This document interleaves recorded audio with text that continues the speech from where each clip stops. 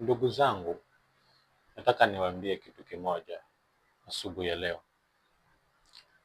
Kuna kitu ambacho mara nyingi kinazuia maendeleo ya mtu, kinazuia baraka za mtu, kinazuia wewe kuendelea. Na kitu hiki ni majivuno na majigambo. Siku zote jaribu uwezavyo usijigambe.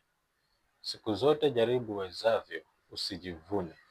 Jiweke kaliba ya chini ili Mungu akapate kukuinua. Usijivune, usijigambe kwa kile ambacho uko nacho. Usijigambe kwa sababu pengine wewe ni mwerevu ama unaimba sana. Hata kama una uwezo, siku zote jaribu ujiweke kiwango cha chini ili uweze kufikiliwa na wale wengine pale chini. Lakini ukijiweka kiwango cha juu, ndugu yangu, nikwambie tu kweli kwamba watu watakuepuka. Watu watakwenda mbali nawe. Watu hawatakubali wewe karibu nao. Niwaambie kitu. Ukitaka Mungu akuinue, jinyenyekeze. Ukitaka uende viwango vya juu, jinyenyekeze. Usitake makuu. Usitake kitu kikubwa zaidi. Nyenyekea tu mbele za Mungu. Nyenyekea mbele za wanadamu. Mungu atakuinua. Mtu anayejijua kama kawaida. Naongea kuhusu kujijua sana. Mtu anayejijua hatajigamba, hatajionyesha mbele za watu.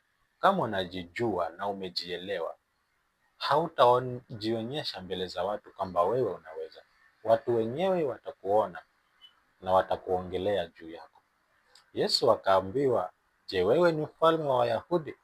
Akasema, wewe ndio umesema, ama nyinyi ndio mmesema. Wacha wao waseme, wewe usiseme. Usijiongelee, wacha wakuongelee.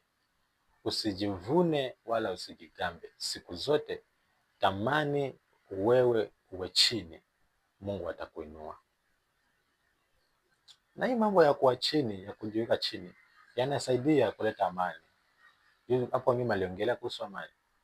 Ukitaka amani ipatikane, utake kuwa mtu wa juu siku zote. Basi tembelea hapo. Ukipata hii, wewe subscribe, like na share. Azuma David. Ukishare, usisahau kucomment. Mungu atakubariki sana.